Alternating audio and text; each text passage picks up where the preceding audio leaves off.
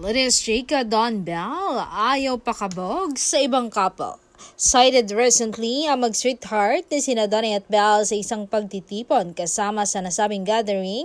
Ang ilan sa mga kaibigan ng dalawa kasama ang pamosong wedding at event organizer. Dahil sa nasabing development, nagkaroon agad ng mga haka-haka ang mga chismosang kapitbahay.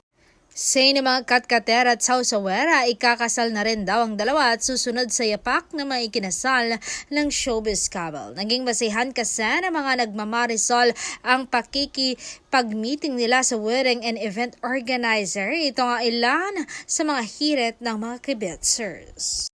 Nako, ano kaya ang pinag-uusapan nila? At last, may wedding plans na rin. After Biko, it's time for Don Bell. It's about time. Bagay sila. For sure, walang prenup issue sa kanila. Ang gaan-gaan lang nilang tignan. They would make a beautiful bride and groom.